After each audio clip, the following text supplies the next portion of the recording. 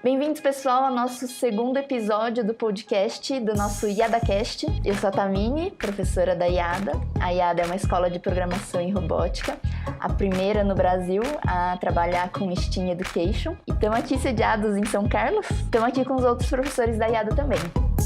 Eu sou a Aninha, meu nome é Ana Carolina, na verdade, mas devido à minha falta de altura, as pessoas me chamam de Aninha, que é melhor do que Anão, mas o pessoal daqui às vezes me chama de Little também. E eu sou professora aqui da escola, eu me formei em Física na graduação. E aí, turma, aqui é Jerônimo, sou professor da IADA também e gosto muito, sou apaixonado e entusiasta de uma educação transformadora. Tudo que eu considero que a educação ela serve para transformar vidas, né? Então tudo que a gente estiver fazendo fora disso não serve para nada. E o que a gente estiver fazendo a favor disso, aí sim vale a pena. Fala galera, aqui é o Elvis, igual o cantor, pra quem tá com dúvida. Será que a minha mãe era fã? Acho que pode ser a introdução disso aí. Fala galera, aqui é o Elvis, igual o cantor. Aqui na escola, o pessoal me chama de Elvinho também, então podem ficar à vontade. Eu me formei em Física também, sou professor aqui na escola, já dei aula de vários módulos diferentes. E estamos aí trabalhando com essa molecada para desenvolver cada vez mais essa educação e essa diferenciação que ela tem hoje em dia. A gente vai falar hoje sobre os 4 P's da aprendizagem criativa: projetos, paixão, pares e pensar brincando. Mas para não começar assim, vamos falar um pouquinho o que é aprendizagem criativa. Vamos lá, Aninha, o que é aprendizagem criativa para você? Então, para mim, quando a gente pensa em trabalhar com aprendizagem criativa aqui na escola, a gente tenta desenvolver muito a parte criativa das crianças e que eles aprendam fazendo coisas que eles quiseram, assim, sabe? Então, quando a gente vai trabalhar numa proposta de um projeto com eles, a gente sempre dá liberdade para eles mexerem nesse projeto e deixarem esse projeto com a cara deles. Os conceitos de programação que a gente está tentando desenvolver neles, ou toda essa parte de pensamento computacional, eles vão aprendendo conforme a necessidade para desenvolver esse projeto. Não necessariamente com, olha, agora você tem que fazer tal coisa para isso aqui dar certo, ou agora você tem que, colocar uma condicional para isso aqui dar certo. Então eu acho que conforme eles vão desenvolvendo um projeto que a princípio foi elaborado de uma maneira para eles especificamente, a gente acaba ensinando e aí eles desenvolvem outras habilidades dentro desses conceitos e assim por diante dentro desse projeto. Não necessariamente o caminho contrário. Vou te apresentar um conceito para depois você colocar ele em prática. Eu acho que a gente tenta dar uma embaralhada nisso e fazer o caminho contrário. Que é mais ou menos como talvez a gente aprenda na vida mesmo, né? A gente tá numa situação ali, como que eu resolvo essa situação? E aí a gente vai buscar essas ferramentas para resolver essa situação. Foi um pouquinho que a gente conversou no último podcast de STEAM, né? Que é uma das propostas que a gente faz e tentar pensar nessa interdisciplinaridade. E eu acho que quando a gente está pensando em aprendizagem criativa é mais ou menos isso também. Aprender conforme a necessidade, em cima de projetos que as crianças trouxeram ou que as crianças têm vontade de fazer. Aprendizagem criativa, o próprio nome já diz muito, né? É uma aprendizagem em que você desenvolve criatividade. O termo surge lá no MIT, né?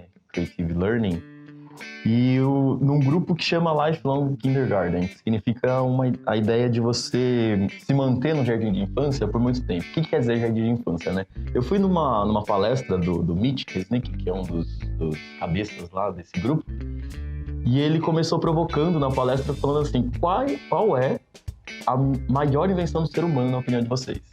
E ele perguntou isso para vários grupos, e ele conta, né, que ele perguntou ele perguntou para vários grupos, e ele tem diversas respostas, né?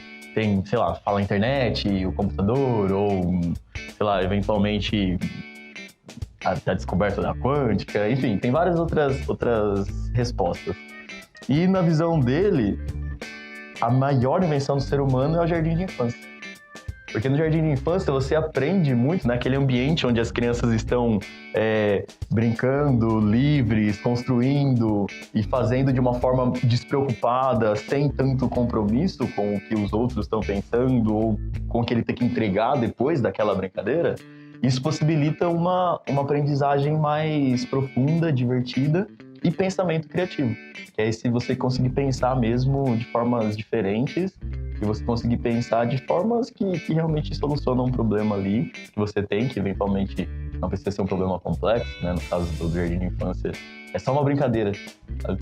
Mas não é só uma brincadeira, tem muita coisa envolvida ali para desenvolver esse pensamento criativo. Então acho que essa ideia de você ter mais liberdade, a gente acho que vai falar quando entrar mais profundo em cada um dos P's, dos 4 P's, né? Mas essa liberdade de você conseguir explorar de forma livre te faz pensar de forma diferente também e que a gente considera que é de uma forma criativa.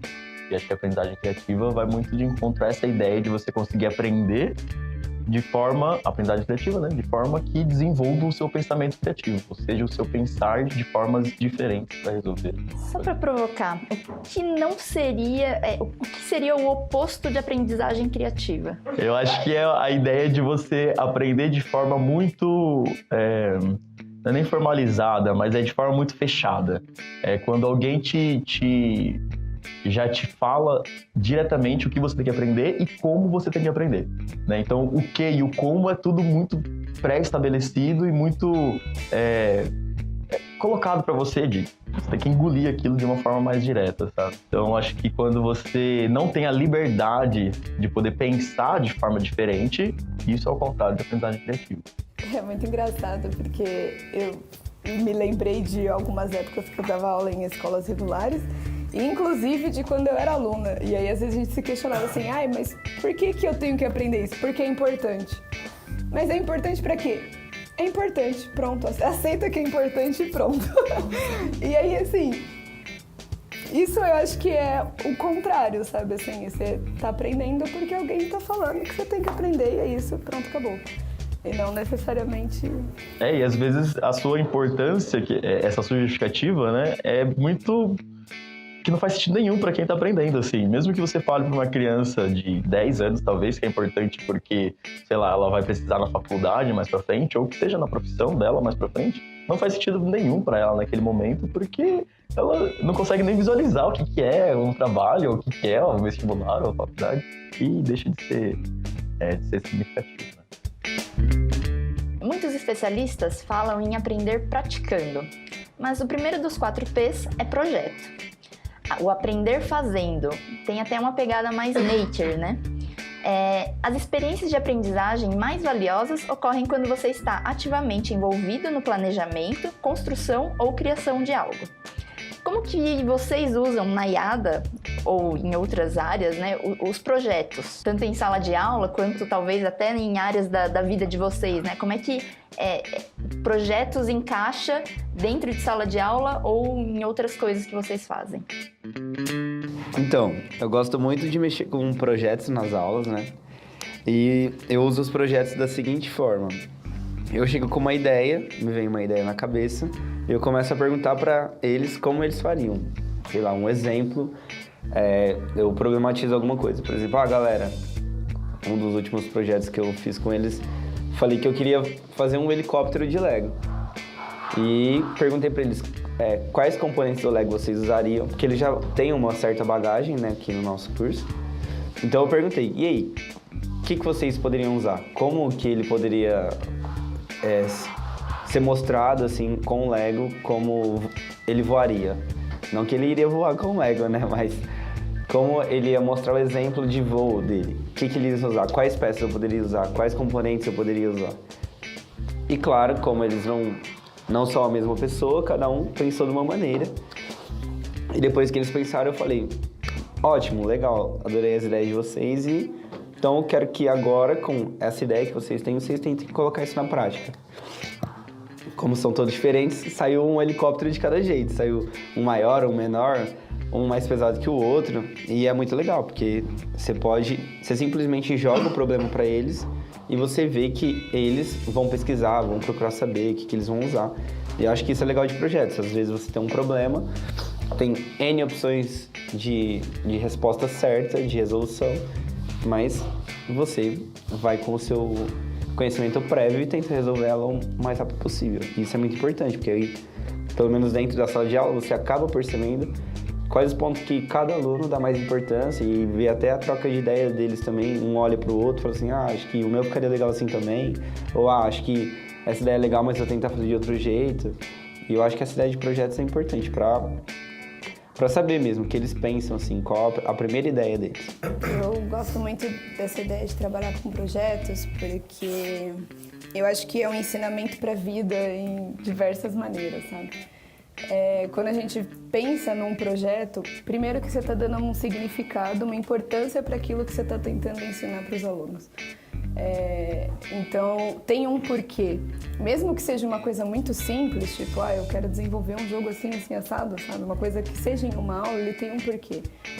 E você vai desenvolvendo nos alunos algumas coisas como organização, planejamento, o que eu preciso fazer primeiro, o que eu preciso fazer depois. Às vezes, eles não têm consciência de que eles, sei lá, precisam pensar em todos os atores ou em todos os personagens que eles querem colocar no jogo deles antes.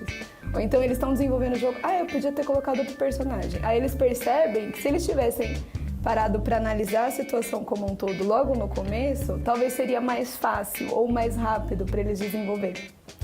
E eu acho que isso é legal das crianças já terem contato logo quando pequenos, assim, ou logo de início, porque vai deixando as coisas mais fáceis para eles, ou eles vão fazendo as coisas mais rápido. Se eles percebem que primeiro eles precisam planejar o jogo dele, ou pensar em qual que é a estrutura do jogo, o que ele precisa fazer, em que passo que ele precisa fazer, o próximo jogo vai ser mais simples. E eu acho que isso pra vida a gente faz também, sabe? Quando a gente pensa em projetos, todo mundo tem um projeto de vida, todo mundo tem um objetivo de vida. E você conseguir organizar, olhar um parâmetro geral, o que você precisa, qual é o passo a passo, então, para você desenvolver esse projeto, é uma coisa boa também, sabe?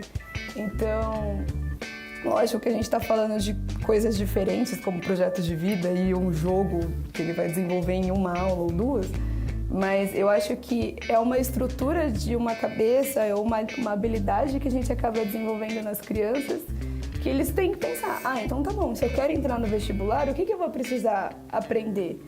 É isso, isso, isso? Como que é o modelo do vestibular? É esse, esse, esse? Então eu vou precisar estudar isso, isso, isso, assim, assim, assado. Ou então, eu quero, não sei, fazer um intercâmbio. O que eu preciso fazer? Como eu vou, colocar esse plano em prática? E eu acho que a gente, numa aula simples de um projeto, a gente acaba desenvolvendo, mesmo sem ser uma estrutura forçada. Olha, agora você tem que escolher todos os atores que você vai colocar, todos os personagens que você vai colocar no seu jogo. Agora você tem que pensar em todo o cronograma do jogo para depois programar. Mas eu acho que é uma coisa que vai ficando natural para eles.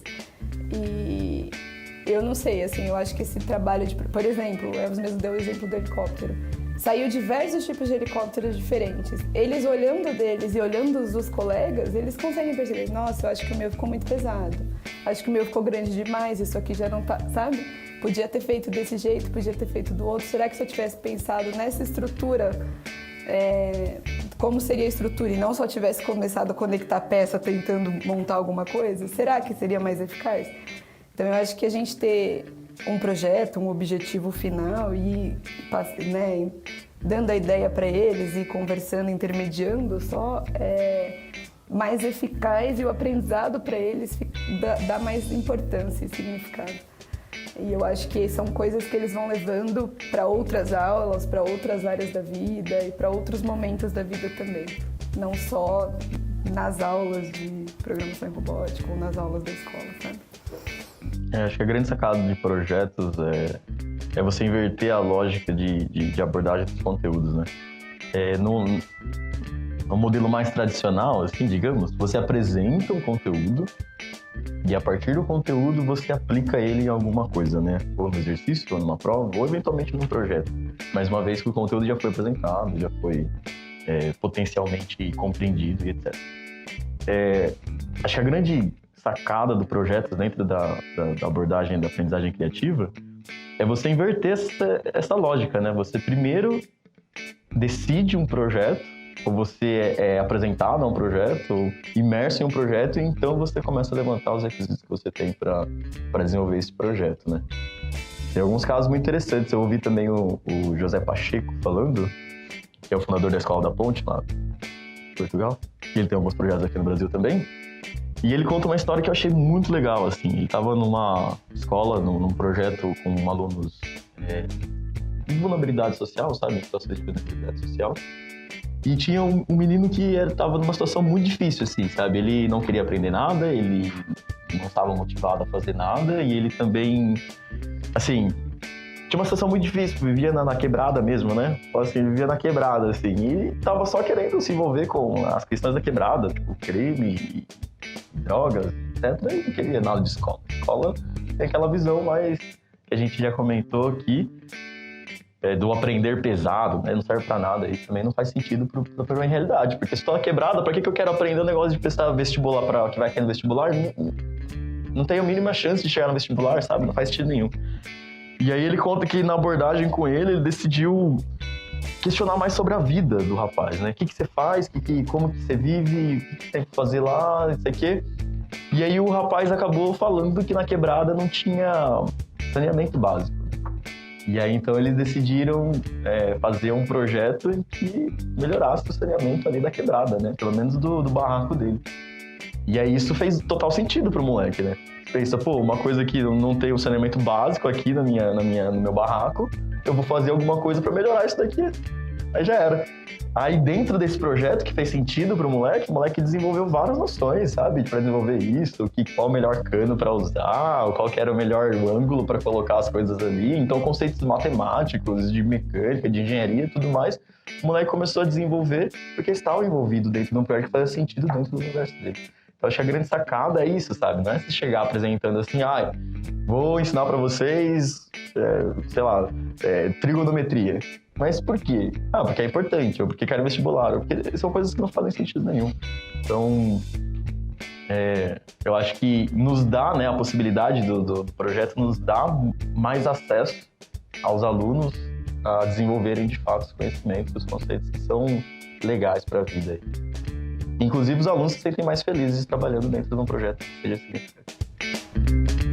Quais são os maiores desafios para a gente trabalhar com projetos, né? Eu acredito que não é fácil, né? Eu também trabalho, né? Não é fácil quando a gente está dentro de uma sala de aula com vários alunos, cada um querendo trabalhar dentro do seu projeto, né? Quais são os maiores desafios que a gente encontra, que vocês encontram? Vou falar alguns aqui. Acho que um dos primeiros desafios, assim, é quando a gente está numa sala com bastante aluno e cada aluno ou cada grupo de aluno está com um projeto diferente. O professor precisa rebolar bastante para conseguir pensar de um projeto para outro, do que precisa, o que não precisa, né? É muito legal, né? Mas tem também os seus desafios, tem algumas limitações de quantos alunos, né? De quantos projetos ao mesmo tempo a gente consegue acompanhar. Acho que esse é um dos primeiros aí, dos mais difíceis, que é o que a gente tem que mais rebolar. Não, peraí, deixa eu pensar aqui no que você está fazendo, mas você já tentou isso, já tentou aquilo, né? E acho que a gente acaba, às vezes, nem entendendo muito bem o que ele está fazendo, mas a gente acaba questionando ele sobre coisas que, no fim, o próprio aluno chega na resposta da pergunta que ele estava te fazendo ali, né? Eu acho que é essencial para executar um projeto a organização. Sinto muita dificuldade na organização do professor, inclusive, e dos alunos, né? Porque se você realmente só é apresentado a um projeto e não tem nenhuma estratégia ou metodologia de ataque, você vai ficar ali balançando e fazendo e tentando ali jogar. Pode ser que saia, mas a sua chance estatística, principalmente dentro de uma sala de aula, né? E já é um ambiente mais limitado, assim, ela é de menor sucesso, assim. Pode ser que você não tenha tanto sucesso. E isso pode ser frustrante, né? Quando você tem uma experiência ou experiências seguidas de fracasso, os alunos podem associar isso com uma forma ruim de trabalhar. Uma forma ruim de trabalhar. Então, a organização é uma coisa que é essencial e é um desafio para o educador, sabe? Principalmente quando você propõe projetos de forma mais aberta. Se você propõe um projeto que você já sabe todo o caminho dele, o roteiro dele, que acaba sendo um projeto também, mas eu acho que não é a melhor forma ou a forma mais interessante de trabalhar o projeto, você sabe o caminho ali, sabe no que vai dar, sabe todos os passos, ok, se organize para isso e executa, né? Simples, é só executar. Agora, quando você não sabe o que vai sair, aí o professor tem um desafio enorme, porque o professor vai ter que entender cada projeto e vai ter que... não é bem um improviso, mas o professor vai ter que ter uma habilidade ali especial de conseguir entender aquele projeto, entender o que o aluno está querendo fazer e conseguir auxiliar o aluno no desenvolvimento daquilo. Então, isso é um desafio, é uma habilidade que não é assim trivial, sabe? Principalmente para os professores que estão acostumados com o ambiente mais tradicional, que é a execução de tarefas que é só você tem a tarefa lista, execute. Então, eu acho que a organização e esse jogo de cintura para conseguir entender e realmente dar voz aos projetos dos alunos, eu acho que são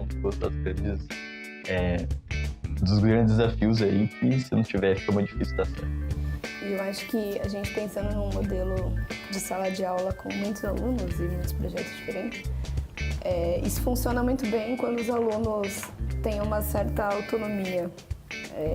Então, você organiza, você estrutura e você fala assim, olha, então agora esse é o primeiro passo para o seu grupo, esse é o primeiro passo para o seu grupo e assim por diante. Se os alunos não conseguem ter uma autonomia de pegar aquilo e tentar fazer e bater a cabeça, fica muito difícil, sabe? Então, esse desenvolvimento de autonomia nas crianças é essencial para isso dar certo também, porque o professor não consegue acompanhar todos ao mesmo tempo, ainda mais se todos estiverem sendo executados juntos, né?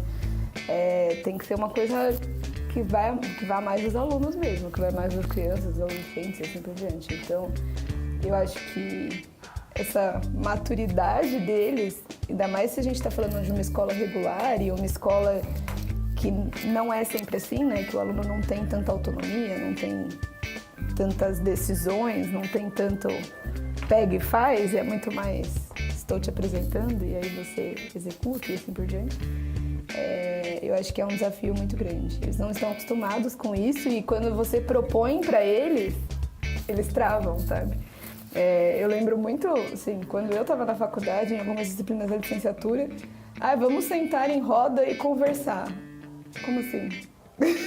Falar, eu tenho que falar, sabe? Eu tenho que expor a minha opinião. Isso já era muito difícil e eu já era adulta.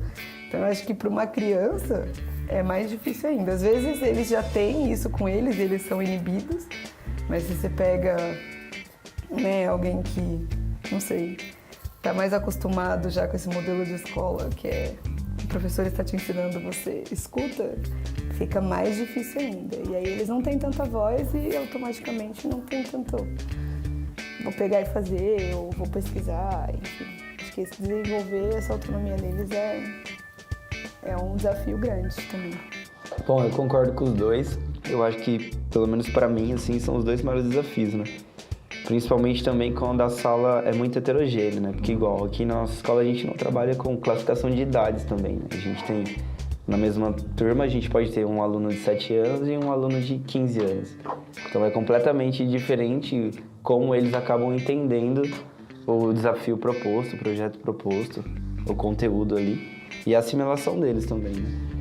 Então eu acho que o maior desafio do professor é ele ser polivalente em vários aspectos, tanto no saber passar o conteúdo ou mostrar o conteúdo de diferentes maneiras para diferentes pessoas, de tentar deixar a pessoa dentro da sala de aula ao mais confortável possível, sendo ela mais nova ou mais velha, deixar ela confortável no conceito de que não tem problema nenhum se ela demorar para fazer ou se ela não sabe fazer, mas que ali, naquele ambiente, ela vai aprender a fazer. Porque é muito complexo, né? Às vezes, um projeto que parece simples, um aluno dele não conseguir fazer de primeira, assim, ele pode ficar totalmente frustrado. Então, o professor ali, ele tem que saber deixar o aluno à vontade para errar ali.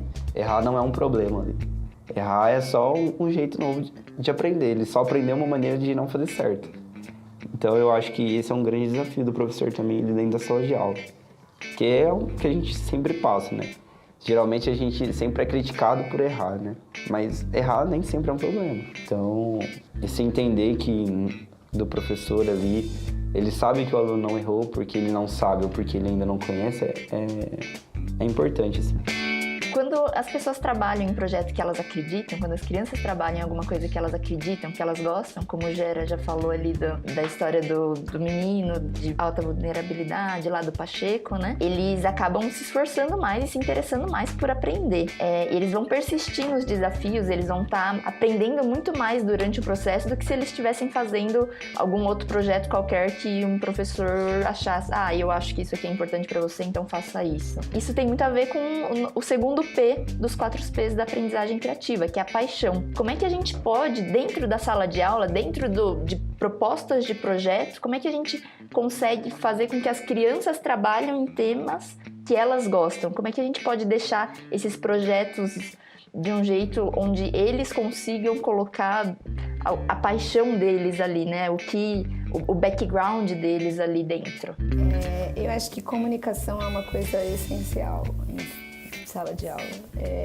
Você conhecer os seus alunos e você saber o que eles gostam, qual é a história deles, qual é a vivência deles, isso é essencial. E eu acho que isso é muito legal também para a gente definir um projeto, porque é exatamente o exemplo que o Gera deu. Ele sabia que a escola não tinha significado para aquele menino, devido às situações dele, né, de vida, e aí ele chegou no menino e falou assim, então me conta como que funciona lá, como que são as coisas lá. E a partir do feedback do menino, ele conseguiu chegar num projeto que tivesse esse significado. Então, você olhando para uma criança, você não sabe, você não conhece ela de verdade. Eu acho que você se comunicar com ela, tentar entender como que é a vida dela, quais são as vivências. A gente às vezes julga as pessoas sem saber. Esse aí mora na favela, não quer saber nada com nada. Então, esse aí é riquinho, tem tudo na mão. A gente não sabe. Cada um é uma pessoa, cada um tem uma vivência, cada um tem uma família, cada um tem uma história. E eu acho que a gente, né, conhecer as crianças para quem a gente está dando aula é fenomenal, assim.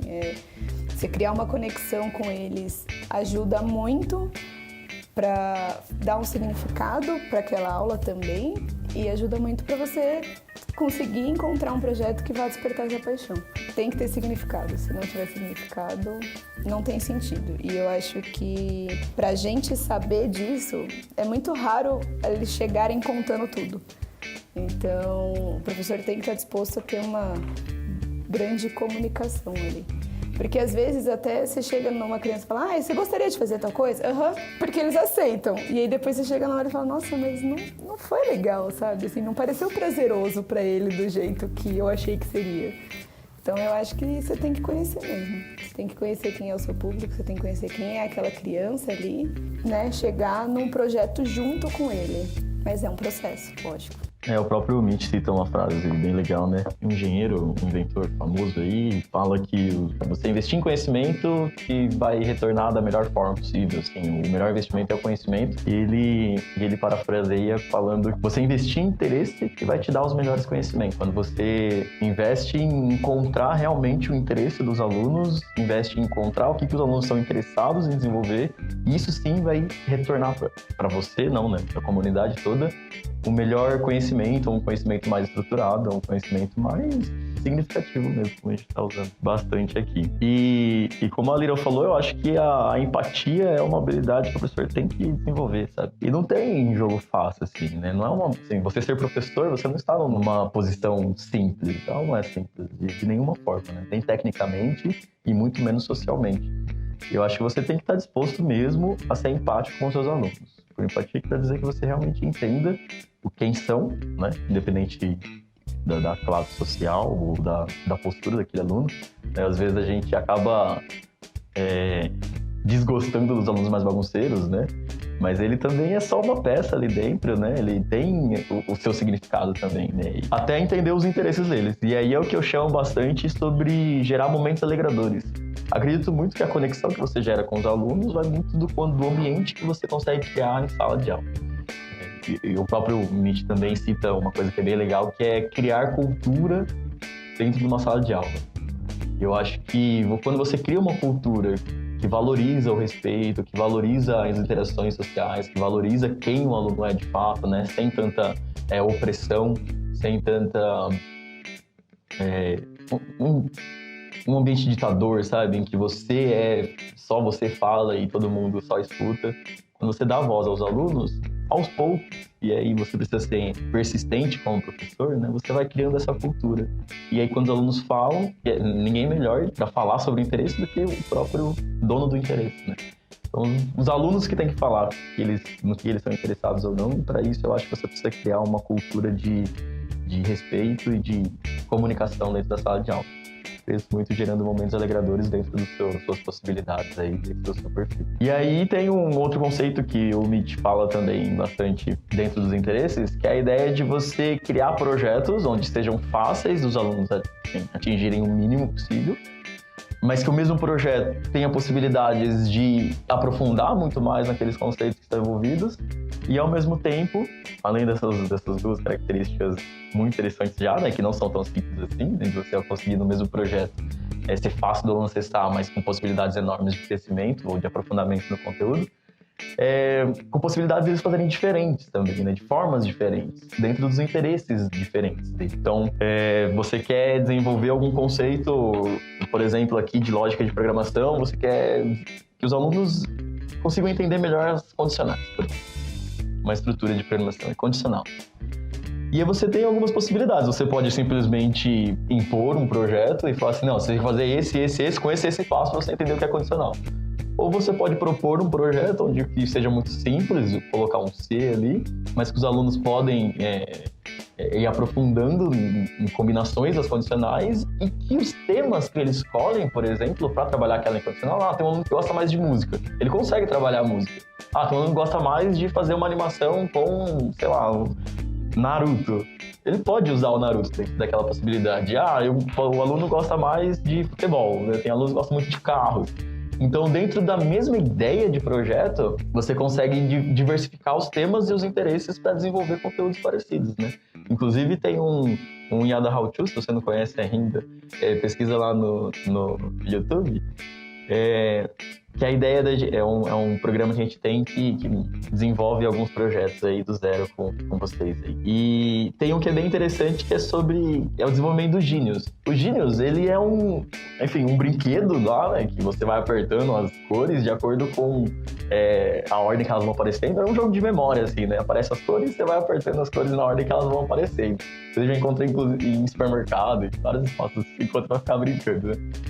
E o tema foi tema de basquete, que foi desenvolvido naquele How To. Então, por mais que você queira trabalhar aqueles conceitos envolvidos, você pode ter uma possibilidade enorme de temas, e quando o aluno está mais interessado naquele tema, ou que ele tem mais paixão, que é o tema, o SP que a gente está comentando, acredito que ele vai estar muito mais motivado e interessado a desenvolver. E isso vai gerar, né, ou vai te retornar muito mais conhecimento. Bom, vamos para o terceiro P aqui.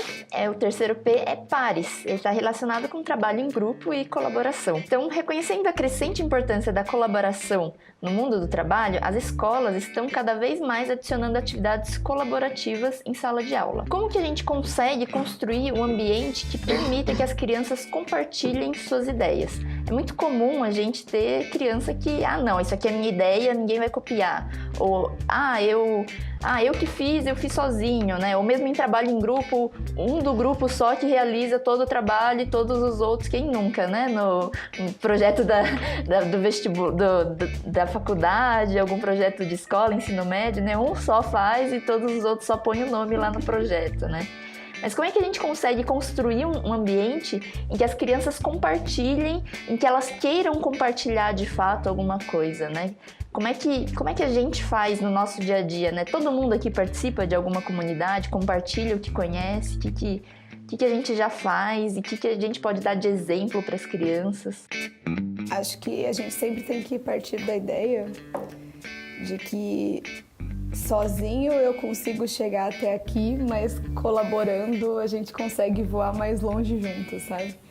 É uma cultura difícil mesmo da gente implementar, mas eu acho que ela é muito prático, sabe? No momento que você coloca, por exemplo, fizemos um projeto, troca a experiência aí, um joga do outro, um mostra pro outro o que você fez. Eu acho que nisso ele já fala, nossa, acho que se você tivesse feito isso aqui seria mais legal. Olha, eu fiz desse jeito e aconteceu sabe? Aconteceu isso, será que não seria legal você fazer também? Criança, num geral, eles não são egoístas.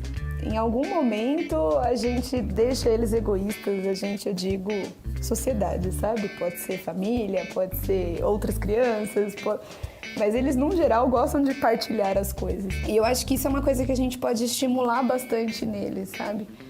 É difícil, quando a gente fez esse curso do MIT, vai ter o link em algum lugar aí nas descrições dos 4Ps, mas tem uma comunidade de aprendizagem criativa aqui também, brasileira, e o pessoal compartilha muitas coisas, tanto os projetos envolvendo a ferramenta lá que o MIT desenvolveu, quanto outras coisas, outros cursos de eletrônica. E é muito legal você participar dessas comunidades, porque você troca figurinha com gente que você nem conhece e que está em lugares que você não conhece, e você fala, nossa, olha só, isso aqui pode melhorar o meu projeto, ou isso aqui pode, posso fazer um projeto assim também. Você troca conhecimentos com as pessoas, e eu acho que a gente buscar as coisas sozinhos é super válido, mas quando a gente troca figurinhas, a gente amplia muito mais. E eu acho que isso é uma cultura que a gente tem que passar para as crianças. Nós 4 aqui, pelo menos, ficamos na IADA o dia inteiro e a gente compartilha quase tudo que a gente faz. Então, hoje a minha aula foi assim, hoje a minha aula foi assim, nossa, vou fazer isso na minha aula também. E é muito legal. Eu acho que quando a gente está numa escola regular, numa comunidade escolar, os professores, de uma forma geral, não têm tanto tempo ou não tem muito esse hábito de trocar o que aconteceu na sala de aula. Então, geralmente, quando a gente troca essas figurinhas, a gente fala muito dos alunos e de coisas chatas que aconteceram, não coisas boas, sabe? Mas eu acho que se todo mundo que é professor tem o intuito, tem o desejo de educar as pessoas e educar as crianças, seja elas com uma disciplina em si, ou seja elas numa educação e habilidades para a vida, eu acho que isso também é uma outra coisa que a gente tem que desenvolver e trabalhar todo mundo junto. E eu acho que quando os alunos percebem que você trabalhando junto chega mais longe, ou você estando numa comunidade você consegue fazer coisas melhores, eu acho que isso é um exemplo, sabe? Tipo, criança aprende por exemplo. E acho que a gente já até comentou isso. E é um exemplo, você está dando um exemplo para eles. E atitudes pequenas na sala de aula, de você, vai lá olhar o projeto do outro, comenta o que você fez. Eu acho que eles mesmos já vão olhando e falando assim, olha, eu acho que você podia ter feito isso, acho que você podia ter feito aquilo, olha, eu fiz desse jeito, dá uma olhada. E eles vão percebendo que juntos eles chegariam mais longe do que sozinhos. Tem uma fala do Clóvis de Barros Filho lá. Uma frase, não, um exemplo muito legal que ele fala sobre isso num livro que ele escreveu, Todos Somos Canalhas. E ele conta um exemplo muito legal, né? Que eu tava numa fila de um parque, assim, e crianças abaixo de 7 anos não pagavam. E era isso daí, crianças acima de 7 anos pagavam R$5, alguma coisa assim, pra entrar no parque. E ele tava na fila atrás, e aí quando o pai chegou pra pagar, né, o ingresso, tava o pai e o filho, o cara que tava cobrando gentilmente perguntou quantos anos tem a criança, né, na confiança. E o pai falou assim, ele tem 6. Aí a criança cutucou o pai e falou assim, pai, mas eu já fiz 8. E aí o pai, assim, um verdadeiro canalha, deu um safanão no filho. E falou pra ele ficar quieto, que não era pra ele contar que tinha 8 anos, porque ele não queria pagar os R$5, né? E o filho, com certeza, vai associar que ele não deve falar a verdade quando ele pode mentir. Então, assim, o filho, né, como a Aninha falou, assim, né? As crianças, elas gostam de compartilhar, né? Você vê lá, de novo, o exemplo do jardim de infância. As crianças, você coloca as criancinhas lá do parque, elas vão começar a brincar juntas, elas vão começar a correr, compartilhar e tal.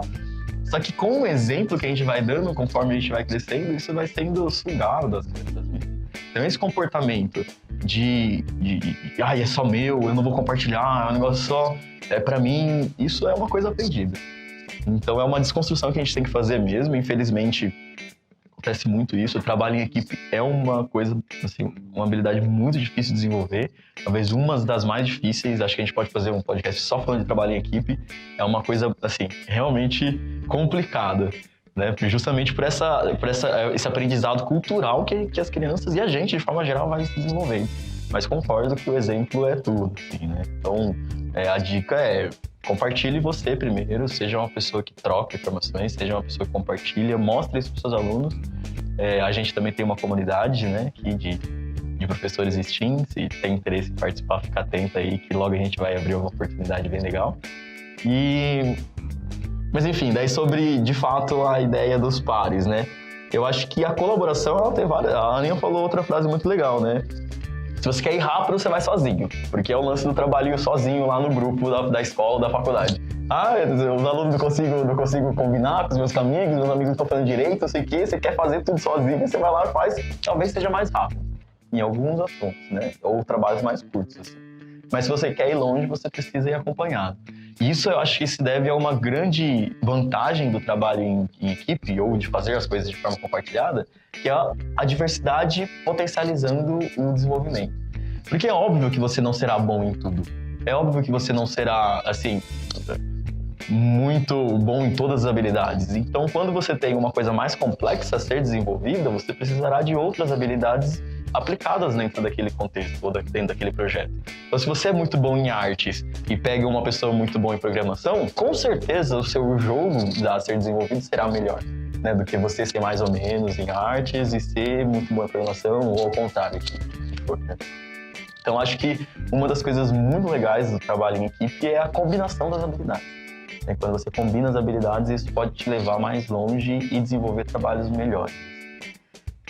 E, de novo, eu acho que é a questão de criação de cultura. Quando você desenvolve um ambiente onde você tem respeito, confiança e gentileza, né? Quando você consegue, que é isso aí, inclusive, a cultura que o Nietzsche descreve, né, para você desenvolver, onde tem respeito, confiança e gentileza. Onde você fica muito mais fácil de você compartilhar as coisas, quando você confia no outro que está ao seu lado, quando você respeita o que o outro está fazendo, dá espaço para ele executar e ser gentil enquanto está fazendo, facilita muito esse compartilhamento de ideias, né? E acredito, de novo, que o professor é essencial na construção dessa cultura. E um dos pontos que é inicial, pontapé inicial, de novo, gerar momentos alegradores. Os alunos precisam, antes de sentir confiança, respeito e ser gentil, eles precisam estar bem, precisam estar alegres. Vamos lá, só para ficar um pouquinho mais difícil, geralmente a decisão de com quem trabalhar não é dos alunos. Geralmente os próprios professores que montam quem são esses grupos, né? E aí, vocês acham que essa escolha deve ser sempre feita pelo professor? Como é que essas escolhas, né? Porque eu sei que é difícil, às vezes, quando a gente deixa a galera se escolher, às vezes fica um aluno de fora, às vezes dá briga, porque todo mundo quer fazer com um determinado aluno, porque talvez ele tenha mais habilidade para aquele projeto ou não. Como é que a gente lida? Qual que é o jogo de cintura que a gente precisa ter aí nessa hora? Eu acho que, como todos os outros P's que a gente está conversando aqui hoje, eles têm níveis de maturidade. Tanto o projeto quanto, né, a ideia de você trabalhar com os interesses e agora falar em trabalho em grupo, eu acho que tem níveis de maturidade. Se você realmente chegar numa sala, assim, que já está acostumada com outro ambiente, com uma coisa, assim, muito, né, escola tradicional, e simplesmente deixá-los trabalharem sozinhos ou escolherem os pares, potencialmente você terá muitos problemas, assim. Então, eu acho que é uma questão de equilíbrio do professor e sentindo. Acho que isso é uma busca, né? Às vezes você precisa decidir por eles, mas buscando que eles decidam por eles mesmos. Então, ir soltando aos poucos de acordo com o nível de maturidade da turma. Então, não é nenhuma coisa nem outra, né? Nem chegar lá e falar assim, o extremo de uma régua, né? Vai lá, escolhe aí, tá na mão de vocês, e nem um extremo da outra. Eu vou escolher e pronto, acabou, e se manter naquilo. Eventualmente você terá que fazer, né? Dependendo da turma que você estiver. Mas aos poucos ir soltando, e soltando, e soltando. E o ideal é sim um espaço onde eles escolhem. Onde eles sejam capazes de escolher. De novo, pensando no nível de autonomia maior. Bom, então vamos para o nosso último P, o play. A gente pode traduzir ele como brincar ou como um aprendizado lúdico, né? A atividade de brincar envolve experimentação, e esse é um processo que envolve aprendizado. Tentar coisas novas, tomar riscos, mexer com materiais, testar os limites, interagir diversas vezes com a mesma coisa com que a gente está brincando, né? É isso que acaba tornando o aprender, né? Você está brincando com alguma coisa, de repente, mas se eu brincar desse outro jeito, dá para fazer outra coisa de um jeito diferente também, né? E aí a gente tem uma frase aqui: quando você explora algo ludicamente, não segue instruções passo a passo para chegar a um resultado definido. Essa frase é da Karen Wilkinson e Mike Patrick, do livro The Art of Thinkering. Parece que essa palavra não tem uma tradução em português, mas é alguma coisa ali entre o brincar lúdico e o aprendizado lúdico. E aí, como é que a gente pode ajudar as crianças a desenvolver essa atitude mais de aprendizado lúdico, né? De experimentar, de testar. Eu sinto muito durante a sala de aula que as crianças têm medo de errar, elas não querem fazer alguma coisa que vai dar errado. Então elas sempre me perguntam: mas e agora, o que eu faço? Testa, né? Você já tentou tal coisa e tal coisa? Não, mas qual que é o certo? Me pergunta assim, qual que é o certo? Eu quero fazer o certo. Como é que a gente pode deixar eles desenvolver essa coisa de eu posso ir testando aqui, né? Qual que é o melhor jeito, né? O que a gente pode fazer para ajudar? Eu acho que é uma quebra de cultura também, sabe? Esse medo de errar. Inclusive, temos um post no blog falando sobre isso. Mas esse medo de errar, ele vem também. As crianças aprendem de alguma forma, elas vêm com isso já para a escola. Mas eu acho que a gente tem que falar para eles. Eu acho que tá tudo bem errar. O Elvis também comentou, você aprende com os seus erros. Como que as crianças aprenderam a andar? Ninguém levantou de uma vez e saiu dando vários passos, sabe? Primeiro foi tentar levantar, caiu. Tentou levantar de novo, caiu. Aí levantou, beleza. Foi dar o primeiro passo, caiu. Né? Tem todo um processo e eu acho que isso é importante a gente lembrar das crianças também. Eu acho que, como professor, a gente se sente em provação em vários momentos, né? Então, você é um ótimo professor se os seus alunos vão muito bem na prova. Então, a gente busca isso neles também, sabe? Esse é um ótimo professor se todos os alunos conseguiram fazer o helicóptero perfeitamente, todo mundo conseguiu montar. Nossa, olha só, a galera tá ótima no curso de robótica ou no curso de, inglês, o que for, sabe?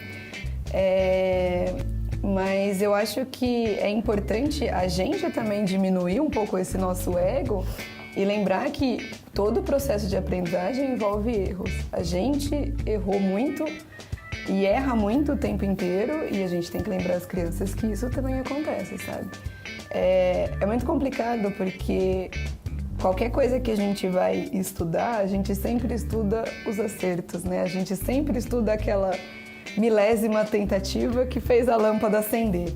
Então, quando a gente vai estudar a história da lâmpada, por exemplo, a eletricidade, enfim, ninguém fala de todas as tentativas que o Thomas Edison teve ou que qualquer outro cientista teve, por exemplo, até chegar na lâmpada, naquele produto final. E eu acho que isso é uma desconstrução que a gente tem que fazer com as crianças também, tem que lembrar eles que tá tudo bem errar, tem que lembrar eles que o teste é importante. Tem hora que dá desespero, assim, né? A gente como professor, assim, a criança tá fazendo um negócio que você sabe que vai dar errado e você quer enfiar a mão lá e falar assim, não, é desse jeito. Mas eu acho que é uma quebra de cultura nossa e que a gente tem que quebrar neles também, sabe? Essa coisa do sucesso ser só quando tá tudo 100% no acerto não é real, sabe? A gente busca isso, essa perfeição o tempo inteiro, mas a gente sabe que a vida real não é assim. Então, a gente ensinar para eles que tá tudo bem errar e que eles têm que aprender com o erro sabe? Essa persistência, essa resiliência no que eles estão tentando aprender é muito importante, sabe? Por que é muito importante? Porque a vida é assim, né? A gente tá tentando educar crianças pra vida, a gente sabe que eles não vão ter sucesso o tempo inteiro. E a gente sabe o quanto é frustrante a gente não ser bem sucedido no que a gente anseia ou no que a gente quer. Então, eu acho que a gente ensinar pra eles que errar tá tudo bem, em alguns espaços, lógico que não são todos, mas e que você consegue aprender com o seu erro e melhorar da próxima vez, a vida é assim, sabe? Não adianta nada. Se a gente quer tudo perfeito 100%, a gente tem robôs que fazem as coisas tudo igual sempre, todas as vezes, sabe? Mas as pessoas que programam os robôs também erram. Eu acho que isso é uma coisa que a gente tem que conversar com eles mesmos, sabe? Independente da idade, independente do momento, enfim. Eu acho que esse negócio do erro, a gente tem que mostrar pra eles, porque que esse erro não é falar que tá errado não é pra ser levado como uma crítica. Porque como você tá acostumado hoje em dia, quando você erra é algo muito ruim. Ou você já é julgado por causa daquilo. E a gente consegue perceber isso em alguns alunos, que eles ficaram tão acostumados a serem chacota, assim, que é até complicado, que eles acabam se auto-sabotando. Pelo menos eu, assim, como educador, como professor, já tive alguns alunos que... professor, eu não sei fazer porque eu sou burro. Então, isso é muito... Ele escutou isso em algum lugar, né? Ele escutou isso em algum lugar. Como que ele vai falar porque ele é burro? Assim, professor, eu não sei fazer, eu não consigo fazer. Eu sou muito burro, eu não aprendo. Eu aprendo muito devagar. Então, já foi um tipo de crítica que ele ouviu de alguém e que para ele dar importância para isso, foi alguém importante para ele que falou isso. Então, a gente tem que tomar muito cuidado com esse negócio de errar. A gente tem que, igual a Aninha falou, a gente tem que desconstruir esse erro do aluno. Assim, você errou, você não é burro. Você só, de uma forma, aprendeu uma maneira de não fazer, ou você simplesmente fez de um jeito que ainda não dá certo. Você pode mudar esse jeito que você fez. Você pode mudar uma coisinha ou outra e não tenha medo de errar. Não tenha, entre aspas, medo de ser burro. É porque você não sabe aquilo. Como você não sabe, você não tem noção do certo ou do errado ali. Mas e o que é certo e o que é errado? Às vezes o que você fez para esse projeto não deu certo, mas se você usar essa mesma noção para um outro tipo de projeto, acaba dando certo. Então você vai dizer que você é burro? Não. Você só não usou no momento certo aqui. Mas esse negócio de autossabotagem do aluno também é um assunto muito importante, que a gente tem, muito complexo também. Mas eu acho que nós, como educadores, a gente tem que tentar desconstruir esse negócio do ser burro, da crítica, e ao invés de a gente falar, talvez, você fez errado, a gente poderia fazer assim, falar que você poderia ter usado outra maneira de chegar nessa resposta, ou o que você realmente queria fazer aqui? Você realmente queria fazer isso ou queria fazer outra coisa? Se ele responder que era outra coisa, você fala assim, então tenta de uma outra maneira, porque o que você está fazendo, ele está fazendo só isso. Ele não está fazendo o que você quer. Então, às vezes o aluno pode, nossa, realmente, né? Posso tentar mostrar de outro jeito. Ele mesmo pode tentar se corrigir aos poucos, assim. Que ele mesmo vai acabar se julgando e não ser outra pessoa julgando. Da mesma forma que a gente vê outros alunos falarem que o outro é burro também, né? Tipo, você não fez certo, você é muito burro. Que é uma coisa muito chata de se ouvir e de se ver. Então a gente tem que começar mesmo, dentro da nossa sala, assim, dentro das nossas turmas, a desconstruir isso, perguntar para eles o que é burro, o porquê burro, ou por que julgar o outro. Que são coisas da sociedade que eles estão acostumados hoje em dia. Eu acho que a palavra erro, ela tem uma carga muito negativa. E que não deveria ter, assim, na minha opinião, mas ela tem uma carga muito negativa e isso acaba implicando em outras coisas também negativas, né? Eu errei aqui, então eu sou isso, eu sou aquilo. E na verdade não é isso, sabe? Eu acho que é mais uma vez o lance da empatia. Eu acho que o professor ele tem que ficar atento para essas questões e ele tem que ter empatia com o que o aluno está sentindo ali no momento. Porque às vezes pra gente também, é muito simples. Não, você errou, tá tudo bem. Você conserta. E aí chegar na hora pro aluno, isso tipo, também não tá tudo bem, sabe? Assim, ele se cobra num nível que a gente não conhece e que a gente não sabe, porque não sabe de onde veio essa cobrança. A gente julga assim, nossa, mas ele é muito novo pra já sentir isso, sabe? Dessa forma. Mas tá sentindo, então o que a gente pode fazer a respeito? E às vezes vai ser uma palavra com a turma toda, ou às vezes vai ser uma palavra com o próprio aluno, ou às vezes vai ser tipo, nossa, eu preciso estudar outras maneiras de eu ensinar então essa condicional, porque se dessa aqui não funcionou e teve essa carga negativa em cima dele, eu também vou ter que me adaptar e tentar melhorar, sabe? Porque é muito complicado. E, gente, seres humanos, eles sentem coisas que a gente não consegue entender, assim. E isso que eu acho que é mais louco da gente trabalhar com pessoas, né? O que eu tô achando de uma situação não é a mesma coisa que você tá achando, também não é a mesma coisa que o Jerônimo tá achando. E eu acho que a gente tem que só ter essa compreensão de que, cara, tá tudo bem se as pessoas estão sentindo as coisas diferentes. E mesmo que eu fale que tá tudo bem errar, se a criança tá se sentindo mal por ter errado, eu tenho que ajudar ela nesse processo, sabe? Eu não posso... então tá bom. Vou resolver aqui a sua situação e pronto. E seu projeto tá pronto e vamos pro próximo, sabe? Eu acho que a gente tem que trabalhar muito em vários aspectos. Tanto pra eles e quanto pra gente também. O lance de empatia, rapidinho, um parênteses aqui. Eu ouvi uma explicação muito legal, né? Que empatia não é sentir o que o outro sente, porque você nunca vai sentir o que o outro sente, né? Até quando você pega a mão, né? O exemplo muito legal que o cara dá. É você pegar a mão do outro. O que você está sentindo? O que você acha que você está sentindo se você pegar a mão do outro? Não, você está sentindo a sua mão. Está sentindo a sua mão tocando a mão dele. Não é a mão do outro, é a sua. Então, vai ser sempre você entendendo ou buscando entender o que o outro está sentindo. Nunca é entender real o que o outro está sentindo, né? É sempre através da sua própria interpretação. Mas voltando aos 4 P's lá, esse último P, o pensar brincando, eu achei ele muito interessante. Porque dentre os 4, eu acho que é o que a gente mais perde, né? É o ser adulto, assim. Porque dentro de uma sociedade onde a gente precisa ser adulto, e ser adulto é fazer coisas muito sérias, muito responsáveis e com muita certeza e todas essas coisas que vão desenvolvendo com a fase adulta ou que é imposto pra gente na fase adulta, a gente deixa de brincar quanto adulto. Então, adultos não brincam, né? Então, tem esse negócio assim, não, se é adulto que está brincando, por que está brincando, né? O quanto a gente tira essa possibilidade das crianças também. Né? E as crianças vão crescendo e vão sendo sugadas dela, a capacidade dela brincar. E, consequentemente, né, brincar, como na breve introdução ali do P também cita, que é você explorar de forma livre. E acaba que esse pensamento certinho, né, o deixar de brincar, significa que você precisa seguir passos bem estabelecidos para resolver as coisas. Então, você tem que, sei lá, pagar uma conta, você tem um processo certinho para você pagar aquela conta, assim. E aí, definindo de forma superficial e rápida o que é criatividade, é você conseguir resolver problemas de formas diferentes das que são as padrões, assim. Se você tem uma forma padrão de resolver um problema, que já foi dado, né? Quando já foi um problema resolvido, você resolve da mesma forma, que é o que a escola faz muito, por acaso, né? Todos os conteúdos escolares, ou a maioria deles, já tem uma solução. Né? É muito difícil na escola ser exposto um conteúdo sem uma solução.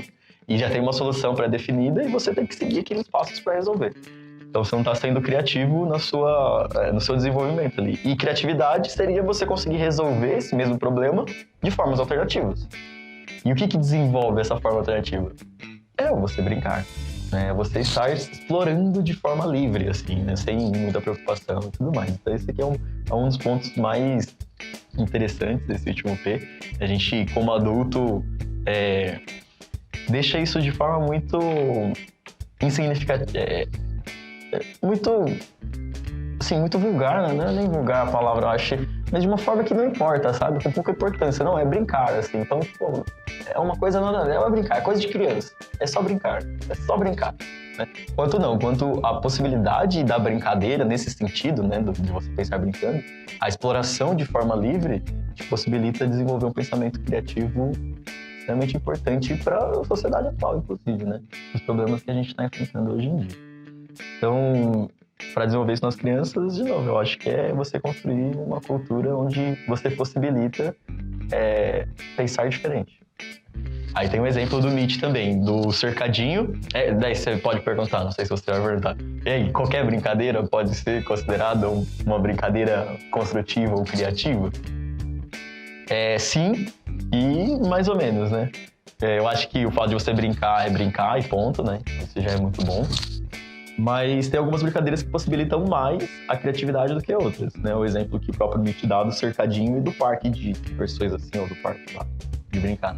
Cercadinho, você vai estar brincando? Vai estar explorando, mas está explorando dentro do espaço limitado, né? E é o que acontece na sala de aula muitas vezes. Às vezes você libera um pouco, mas é um espaço muito limitado ainda, que você pode pensar diferente ou tentar resolver alguma coisa de forma diferente, mas dentro de um espaço bem fechado e limitado ainda, né? Dentro de algumas paredes, ou de uma cerca, né? Algumas cercas. Ou na escola algumas grades, e daí vão entrando isso daí em outro dia. Já o parque é um ambiente aberto, cheio de coisas, que você pode correr, você pode sair, pode virar uma cambolhota, pode subir no escorregador e descer de vários jeitos diferentes, e tem um espaço maior para você conseguir explorar. Então, acho que as brincadeiras que te possibilitam explorar de forma mais aberta são as que mais possibilitam você desenvolver um pensamento criativo. Nesse sentido de pensar criativos, significa você pensar de maneiras diferentes das já postas a você. Uma das definições que eu coloquei aqui, né, que eu falei, a gente fala também coisas de tomar riscos, mexer com materiais e testar os limites. Como é que a gente pode usar isso dentro de sala de aula, sendo que a gente tem um número finito de tempo também? Então, como é que a gente pode deixar esse aprendizado exploratório, mas sendo que a gente tem o aprendizado exploratório é infinito, né? A gente vai para todos os lados. Como é que a gente pode usar esse aprendizado exploratório dentro de um projeto específico, dentro de um número finito de tempo, sendo que a gente não pode deixar a criança se frustrar se um projeto não der certo? Como é que a gente junta tudo isso, né? Como é que a gente deixa eles testarem tudo isso e ao mesmo tempo não tem que concluir o projeto? Qual que é o jeito certo de fazer tudo isso? Eu acho que é um pouco aquele lance que o Gera falou da casa, sabe? A gente tem que, né, trazer um projeto para eles ou adaptar do projeto que eles trouxeram, uma coisa que seja simples deles alcançarem. Então tem um chão ali, um baixo, mas que também seja, né, potencial assim infinito, né? Infinito não, mas um potencial muito alto, assim. E eu acho que isso é um toque que a gente tem que ter mesmo, sabe? Essa exploração tem que rolar, mas às vezes a gente não precisa deixar explorar tudo de uma vez só, em um projeto só. A gente pode, né, deixar os projetos um pouco mais simples em algumas formas, para depois, no final, eles já terem um conhecimento, uma bagagem para construírem projetos muito mais complexos e que juntem tudo isso junto, sabe? Assim, tragam tudo isso junto. Então, eu não sei, eu acho que a gente conseguir trazer projetos que tenham essas diversas camadas e que aí o aluno consiga concluir para também não se frustrar tanto, é um olhar legal. E dá possibilidade para explorar dentro de um tempo de aula também, né? Que aí ele explora uma parte só, não precisa explorar tudo, né? Eu acho que a gente cai num desafio burocrático aí, que é justamente o tempo da aula e as diretrizes de ensino serem seguidas aí, né? No 6º ano você precisa cumprir essa, ou desenvolver essas habilidades. E aí eu assisti uma vez uma palestra sobre ensino investigativo que falava muito sobre isso, né? Pô, mas que legal e tal, ciência investigativo, o Boyle afunda lá, você consegue explorar um monte de coisa. Mas e aí? Eu preciso desenvolver muito mais conteúdo. Isso daí está desenvolvendo, sei lá, algumas habilidades, alguns conteúdos ali em 10 aulas, 15 aulas. Mas eu preciso desenvolver mais 10 conteúdos em 15 aulas. Então, como que faz? Então, a gente cai mesmo num obstáculo burocrático, que é muito difícil assim mesmo. E talvez seja você experimentar aos poucos. Mas eu acho que, de novo, a escola, né, precisa ser um ambiente educativo em que você vivencie, mas o objetivo maior da escola precisa ser que as pessoas se transformem. Então, eu não preciso, assim, quero dizer com isso? É que a criança, o jovem, ou eventualmente o adulto, ele não precisa fazer tudo isso na escola. Mas o tempo que você tem na escola, você deve usar para que ele se transforme nisso e que ele consiga levar isso que ele fez na escola para a vida. Então, daí na vida ele não tem qualquer outro tempo assim, para se fazer, né? A ideia principal, assim, um objetivo grande, é que os alunos não estão tão deitados lá em um projeto, né? Ou estão trabalhando num projeto, é que eles não façam isso só no momento da escola. Ou que a escola seja um ambiente para eles desenvolverem isso. É que seja um impulso para eles entenderem, ou um ambiente onde que possibilite o desenvolvimento dessa maturidade nessas questões, para que ele viva assim depois, né? Ou que ele viva assim que sair da sala de aula. Então a ideia é que ali você tem projetos menores, você tem um tempo limitado, mas que modifique algo nele para quando ele sair dali ele viva assim. Essa que é a grande questão. Daí o seu tempo é o seu tempo, né? São 24 horas por dia mesmo, 7 dias por semana. Acho que essa que é a ideia. Você não se limitar né, no tempo de aula, mas se limitar na transformação para que o aluno consiga levar isso para a vida. Principalmente porque a gente está pensando numa escola regular, a criança passa um quarto do dia dela lá, sabe? Assim, a gente às vezes para pensar assim, não, mas eu só tô com essa criança, mas é muito tempo de um dia.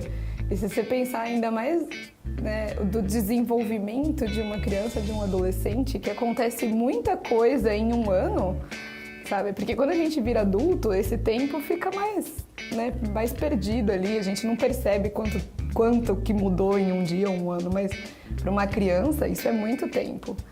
Então eu acho que é essa transformação mesmo que a gente tenta propor para eles e que seja uma transformação que mude em outros aspectos da vida, porque é muito tempo, sabe? Se a gente for pensar o tempo de escola e o tempo de um dia de uma criança, levando em consideração que ela durma mais 8 horas por dia, sabe? Então, as outras áreas da vida dela têm um tempo muito curto comparado ao tempo que ela dorme e fica na escola. Então, eu acho que é o tipo de ensinamento que a gente tem que dar para eles, né? Tentar ensinar eles ali e para transformar esses outros aspectos. Só para descontrair, então, vamos falar com o que vocês têm brincado, assim, mais recentemente. Tem alguma brincadeira, alguma coisa que vocês fazem? Ai, gente, eu como sou nova aqui, eu tenho brincado bastante no Scratch, pra ser sincera. Nossa, e é muito engraçado. Toda vez que eu pego uma caixa de Lego, quando eu não pego ela pra arrumar, parece que eu sou criança de novo, sabe? Esse negócio de tentar montar e tentar explorar. Eu tô planejando a minha aula, então deixa eu tentar fazer antes o que eu tô fazendo, que eu vou propor pra eles. É muito legal. Mas... eu não sei, eu tenho tentado brincar bastante na internet também, aprender coisas novas, tentar outras ferramentas que não são as que eu estou acostumada a mexer, ou, sei lá, edição de fotos, edições. E é muito louco, né? Porque eu acho que quando a gente vai tentar aprender alguma coisa nova, tem várias maneiras de a gente aprender, né? Tem um jeito rápido, que aí talvez seja seguir um passo a passo, né? E tem o jeito exploratório, que às vezes é mais demorado, mas também é mais eficaz. E eu acho que essa experimentação não deixa de ser uma brincadeira para mim. Então, mesmo que eu esteja tentando aprender uma coisa mais séria, eu acabo brincando ali uns momentos do meu dia, sabe? Eu tô sempre brincando, né? Eu costumo falar que 70% das coisas que eu falo são brincadeiras do meu tempo. 100% das coisas que eu falo, 30% você deve levar com muita seriedade. Não significa que as coisas que eu falo brincando não são coisas importantes ou coisas boas, mas não são sérias. Então eu tô sempre brincando. Tô sempre brincando na fala, tô sempre brincando com os meus alunos, e brincar mesmo, de cutucar, de encher o saco. Tô sempre brincando com todo mundo e tô sempre brincando em casa também. Eu gosto muito de sei lá, tocar violão ou tocar os instrumentos lá em casa ou assistir eventualmente um vídeo de stand-up, de comédia. Então tô sempre na zoeira, assim mesmo. Então acho que isso possibilita, né, a gente a pensar coisas de maneiras diferentes mesmo, porque tô sempre querendo rir. né? E não digo que a brincadeira ela tá associada somente ao rir, né? Ou somente à diversão. Mas eu acho que a brincadeira, eu tento não deixar isso, né? Essa vida adulta me transformar numa pessoa tão séria assim. Porque eu acho que quando eu penso em como que eu posso rir? Porque a comédia tem muito disso, né? A comédia, ela acontece quando vem algo que você não espera, né? Algo mais, assim, surpreso. Então, eu levo muito isso a sério, mas na verdade é na comédia, é no riso em tudo que eu tô fazendo. Então, eu brinco sempre com os alunos, e aí de pega-pega, de bola, de tudo. Eu também. Eu sou um molecão, assim. Quando eu tô com as crianças, assim, parece que eu tô na mesma turma que eles. Então, eu gosto muito de ficar imerso no mundo deles, assim, ver o que eles estão fazendo. Então, eu acabo jogando os mesmos jogos que eles, jogos eletrônicos. Acabo assistindo os animes que eles assistem. Acabo sempre trazendo esse meu lado mais criança, assim, pra mim, no dia a dia também. Zoo bastante com eles, brinco. É até legal que às vezes eu tô conversando com eles, eu falo uma gíria que eles estão acostumados, eles olham assim, nossa, mas como assim você conversa desse jeito? Aí eu falo, eu converso igual vocês, não tem nada. Então, eu gosto muito de estar imerso no mundo deles, assim, no que está acontecendo, que é até bom, porque a gente pode levar isso para dentro da sala de aula também, tanto para deixar eles mais à vontade, para trazer projetos que eles falam, nossa, eu já vi isso em tal lugar, e, nossa, eu sei como funciona. Então eu me vejo assim como um molecão, assim, parece às vezes que eu tenho 17 anos, nem parece que eu tenho a idade que eu tenho, então é muito legal. Então acho que a minha brincadeira eu brinco muito de ser criança, eu brinco muito de estar nesse mundo ainda, mas quando preciso ser sério, eu sou sério. Eu gosto muito de brincar, tenho vários jogos em casa também. Eu gosto de um jogo que chama Jenga, não sei se alguém já jogou aí. É um jogo muito legal que você vai tirando as pecinhas de baixo e pondo em cima, e ele é uma torre, né, onde todas as peças estão empilhadas, e você vai tirando e vai ficando cada vez mais difícil. E eu gosto muito de um outro jogo também, que chama Colonizadores de Catan. A gente tem que fazer uma rodada aí pra gente jogar, que agora eu comprei a expansão desse jogo também. Então eu adoro brincar assim, e gosto muito de brincar de faz de conta. Gosto de imaginar coisas assim. E às vezes quando eu tô com alguma criança pequena, é a parte mais legal, porque é a hora que a gente pode explorar mais ainda essa hora, né? A hora que a gente meio que se permite, né? Parece que quando a gente tá no mundo adulto, é um pouco mais difícil a gente brincar de fato, né? Todo mundo acha meio esquisito. Tanto que é muito comum o pessoal da minha família comentar que eu me dou muito bem com as crianças, né? Porque eu brinco junto com elas, eu entro junto com elas na história, né? Então a gente brinca de, vamos fazer comidinha. Então pega as panelinhas, vamos colocar aqui os temperinhos. Ih, queimou a comidinha, vamos ter que jogar fora, vamos pôr tudo de novo. Eu adoro essa parte da brincadeira também. E eu acho que é um jeito também de você começar a prestar atenção também, né? Esse faz de conta, né? Geralmente você tá imitando alguma coisa do mundo adulto, né? Quando criança eu brincava muito de faz de conta, né? A gente brincava de ser secretária, brincava de ser cabeleireira, sabe? Era bem divertida essa parte do lúdico, e você tá, de fato, prestando atenção em alguma coisa e reproduzindo também, né? Acho instigando a imaginação, né? Instigando também. Vocês sabem que tem alguns conceitos diferentes do que é ser criança e do que é a infância, né? Ser criança, o Estatuto da Criança e do Adolescente estabeleceu que é um ser ali do 0 até os 12 anos, não 11, 12 anos, que depois eles viram adolescentes. Mas a infância é, na verdade, você viver o ser criança ou viver a brincadeira. Então, em certa forma, quando você está brincando com as crianças e está correndo ou está fazendo um faz de conta, você está vivendo uma infância também. Então, esse conceito da infância é muito difícil, porque a gente, né, ele está presente em vários momentos. Então, o que foi a infância para você? Ainda está sendo. Às vezes ainda está sendo. Em alguns momentos da nossa vida, em alguns momentos do nosso dia, do nosso final de semana, a gente ainda está vivendo uma infância ali. Eu acho que esse tema é muito interessante. Essa abordagem, convido a todos a conhecer um pouco mais sobre Papo Fez. Como a Aninha falou, deve ter um link aí na descrição, em algum lugar aí que você está vendo esse conteúdo. Sobre esse curso que a gente indica muito lá do MIT, da aprendizagem criativa. E eu acho que esses 4 P's, né, projetos, paixão, pares e pensar brincando, é uma abordagem muito interessante para você tratar os conteúdos aí e se direcionar de acordo com as suas decisões, né, que você vai ter na sala de aula. Então, projetos para você pensar em inverter a ordem dos conteúdos, em vez de apresentar um conteúdo primeiro e depois aplicá-lo num projeto, você pode apresentar um projeto e motivá-los através do segundo P, que é o próprio interesse dos alunos, e aí você pode, dentro de uma mesma turma, diversificar a sua proposta e dar possibilidades deles escolherem diversos temas de acordo com os interesses, como diz lá essa ideia do hard fun. Quem falou, não? É bem legal isso do hard fun, pesquisa. Além disso, trabalhar em pares para que você consiga potencializar a própria aprendizagem, porque compartilhando, cada um tem habilidades que podem ser melhores do que o outro, então você, quando consegue compartilhar o que você está fazendo e agregar as habilidades diferentes, o seu projeto ou o seu desenvolvimento de conhecimento pode ser mais potente do que quando você está fazendo sozinho. E por último, esse pensar brincando, que é a possibilidade de você explorar, essa possibilidade de você fazer diferente, essa possibilidade de você ter a liberdade de conseguir pensar sem tanta obrigação, sem tanta opressão de quem está ao seu redor. Você só quer fazer diferente e te trazer assim a possibilidade de um pensar criativo e, sobretudo, alegre. Construímos aí uma cultura de respeito, confiança e gentileza para que a aprendizagem seja muito mais gratificante e significativa na vida. Bom, acho que é isso. Muito obrigada a todos por estarem aqui, por conversarem um pouquinho sobre esses 4 P's da aprendizagem criativa.